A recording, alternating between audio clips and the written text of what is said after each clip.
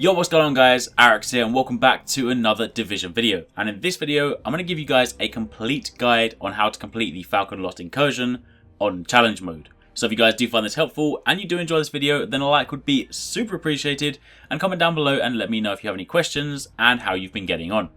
So to begin with, the Incursion on challenge mode is no joke. The enemies are level 34 elites, and even for a tanky player like myself, I get one shot by pretty much everything. So it's safe to say that you're going to have to work as a team on this one if you want to get through it.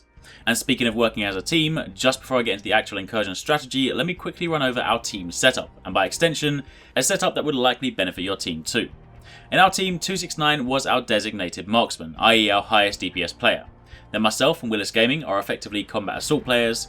While we usually run tank, as mentioned, even with 100k health, we still get one shot, so we shuffled around our gear to be slightly more combat assault, i.e. high enough DPS and high enough health. And finally, Zupa is our skill power player. Now, every single player ran with a healing skill. The 3 DPS players ran with support station, 2 of which had the immunizer mod to help mitigate shock and explosive effects, and 1 of us ran with ammo cache to keep the team topped up. Meanwhile, our skill power player ran first aid with the defibrillator mod, so that way you can use it to heal and also for a ranged revive. As for everyone's second skill, for the most part it's all about crowd control or CC, and flame turret, shock turret and flashbang sticky were the skills of choice. And again, our skill power player took pulse to give us that extra damage boost. As for signature skills, for the most part we ran with survival link for the damage resistance. It's super useful if you get rushed and you need to stand your ground, or if you have to make a run to plant the bomb. However, one of us did run with tactical link so we could have a damage burst at strategic moments.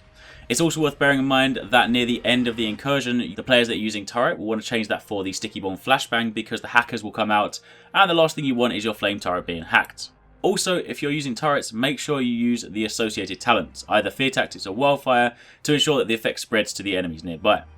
Now, with all that out of the way, let's talk about the Incursion. Falcon Lost is a wave-based activity. The primary objective is to take out the APC, you can't kill it by shooting it, and the only way to take it down is to plant bombs on the back of it. And these bombs are dropped by specific enemies during the rounds. It takes 4 bombs to destroy the APC and a total of 15 waves. The bombs drop from enemies that have an orange diamond above their head, and when it does drop on the floor it'll look like a high-end drop, kind of like the mission item you see at the end of the Russian consulate on Hornet's body. The bombs will be available during waves 4, 8, 11 and 15, and they can only be planted by the person that picks them up. So it's actually worthwhile setting a designated bomb runner and ensuring that they are always the one to collect it and place it. That way you don't have the confusion, and you don't have someone running up to the back of the tank trying to plant it only to find that they don't have the bomb. So with setup out of the way, now let's talk about the Incursion.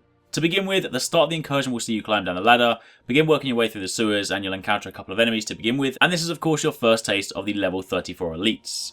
After the first couple of guys, you're introduced to drones, and this is where your flashbang comes in. A well-placed flashbang will freeze the drones for a good amount of time, invariably allowing you to take them down or at least deal some significant damage to them. Deal with them, take out the guys behind them, work down the ladder, up the rope, and this door right here is the actual beginning of the Incursion. When you go through the door, past this restock crate, your mission objective will begin. So the first thing you want to do is jump out the window, and ensure you do this as a group so you don't leave anyone behind, otherwise they'll get hit by the mortars that the APC rains down. Once you jump out the window, you want to run right, up the stairs, and go over to this corner right here. Now you're only actually going to be fighting from here for a couple of minutes. The only reason we're here is because we want to take care of the initial wave of shotgun rushers, and fighting them up here makes things much easier because they tend to filter in on the left and the right. So when you're here in the corner, ensure that everyone puts down their handbags, and that by the way is what I call support station, and it's what I'll be calling it for the rest of this video, so get to know that. Support station equals handbag. And as well as that, make sure you put down your turrets, but instead of throwing them forward, make sure you place them by your feet, because if you throw them forward and the enemy sees it, they will take it down in about one shot, but if you place it by their feet, then it will get them instead when they get closer to you, which is ideally what you want. Make sure that at all times you're communicating with your team, use pulse so you can see when the enemies are coming, and call out to let them know whether the rushers are coming from the left up the stairs or from the right up the walkway. Also try to team shoot where possible to make sure that things go down quicker, and once you've taken out the majority of the rushers, you're now going to move to the location that you'll be fighting for the rest of the Incursion.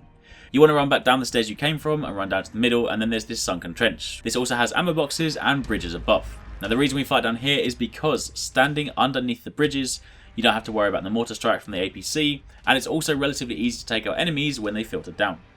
Now you do need to be careful with your placement. If you do stand in the middle, in the open, the mortar can still get you, and the enemies can shoot you from the bridge, but if you fight from underneath, you'll generally be pretty safe.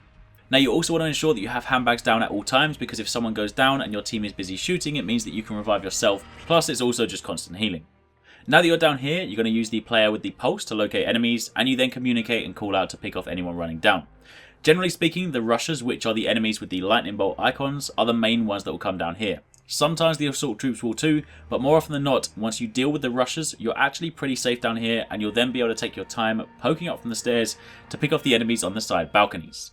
Now wave 3 is the first time that drones will be introduced, and as mentioned earlier, a well-placed flashbang will disable them for a period of time.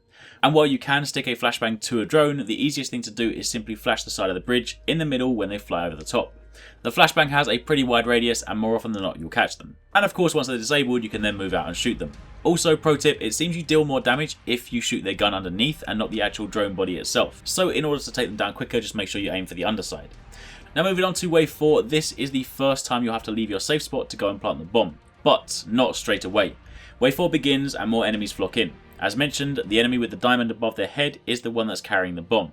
When you kill them, they'll drop it. But it won't despawn, so don't think you have to go and rush to it. Your first focus should be on clearing the majority of the enemies. Now I say the majority because the thing you need to bear in mind here is that if you take too long, more enemies will spawn. Annoyingly, there's no on-screen timer for this, but if Failao keeps pestering you on screen saying that you should really go and plant the bomb, then you know that you're pushing it.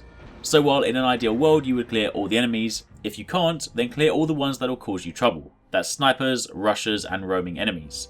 The ones you can afford to leave are, say, the big guys that typically post up behind cover and fire their machine guns, because they can be avoided pretty easily, so if you're pressed for time, then it's fine to leave them alive. Provided, of course, they're not sitting where you're about to run. But either way, once you have a clear passage, you'll then want to split your team into two. Two left, two right.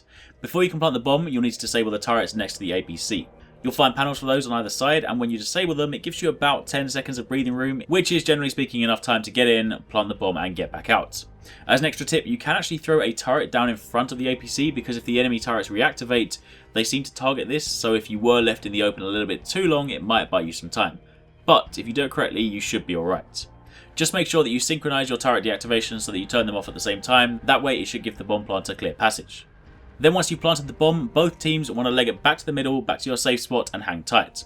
After the explosion, the APC will of course lose some of its health, and it will begin raining down fire. But again, if you're down in the middle, standing underneath the bridge, you should be fine. And then once it's done, the next wave will begin. From here on out, it's about repeating what you've been doing. The enemies increase in number and do get tougher, but the principle remains the same. At the start of any wave, you want to pulse. This way you can work out what kind of enemies you have to deal with. Lightning bolts are rushers, and those are always going to be your first priority. If you have rushers, you need to ensure your handbags are down, and if more than one come down, then don't be afraid to pop a survivor link so that you can take some shots. While admittedly in the past in challenge mode missions, we're often hesitant to use signature skills, in incursions, do not be afraid. It's better to use it and let it recharge than to not use it and die as a result. In fact, if any of your team have the weapon talent skilled, then this can help you get your skills back quicker, so if you do have that in your inventory, then do consider that as an option. Either way, rush us first, then pick off the others. Now from here on out, you'll fight through another 4 waves of enemies and you'll get to wave 8. You'll then repeat the bombing process, and after that you'll then continue until you get to wave 10. Now at wave 10 you want to change your turrets to your flashbangs, and the reason for this is because wave 10 will introduce a lot of hackers, and your turrets will get hacked. So from here on out, crowd control is down to flashbang only. Also remember that on waves that don't have bombs, you can afford to take a little bit more time. Don't rush, and most importantly, don't get greedy. You will get down very quickly, so if you ever have to poke out and get some shots, ensure that doing so doesn't get you killed. Poke up, get a few shots, get back in, keep yourself alive. If anyone does get downed, make sure it's a priority to get them back up. Now from here on out, you will continue with your adapted skills until you hit wave 11, and then you'll have to bomb again. Rush back, repeat the process until wave 15. Now wave 15 is slightly different. See, in wave 15 the spawns won't end. On the previous bombing rounds, if you were able to clear all the enemies, you had some breathing room before they spawned again. But in wave 15, if you clear all of the enemies, it'll trigger more of them to spawn. So for wave 15, you just want to clear these strategic enemies. Rushers, hackers, snipers, grenadiers, and medics. And ideally, leave a couple of big guys. Also for this final wave, because the enemies you leave will likely be on the right side of the room, you're actually all going to run to the left side to bomb. If you can save your signature skills, or at least a couple of survivor links for this point, it will be a massive help. Once the entire left side of the room is clear, and the main troublesome enemies on the right are down, you then want to move as a team to the left room beside the APC. For this final run, you're only going to disable one turret, so you'll pop survivor link to allow you to take some shots, and again you could throw a turret in front for distraction, but it's not necessary. Once the bomb is planted, use survivor link to run back down to the underground and wait. Once the fourth and final bomb is planted and it detonates, the mission is almost over. the APC will gradually lose the remaining portion of its health, but during this short time you can still die and you can still lose, so do not get complacent. Hide underground and be aware of any enemies you left alive because they will likely start pushing up, but if you can stay on top of them, the APC will then blow up and it will in turn kill the remaining enemies. And that's it, job done, incursion complete. Go and collect your loot, celebrate, tell your friends, breathe a sigh of relief, you just completed challenge mode. And that's pretty much it. Now if you do want to see a complete run from start to finish, then we will be uploading that on our second channel, 269, so I'll link that in the description box down below if you want to check it out. But hopefully this helps you, and of course if you're looking for a guide on hard mode, then this strategy will of course work too. Of course if you have any questions then let me know down below, but for the time being, thank you very much for watching, take it easy, catch you next time, peace out.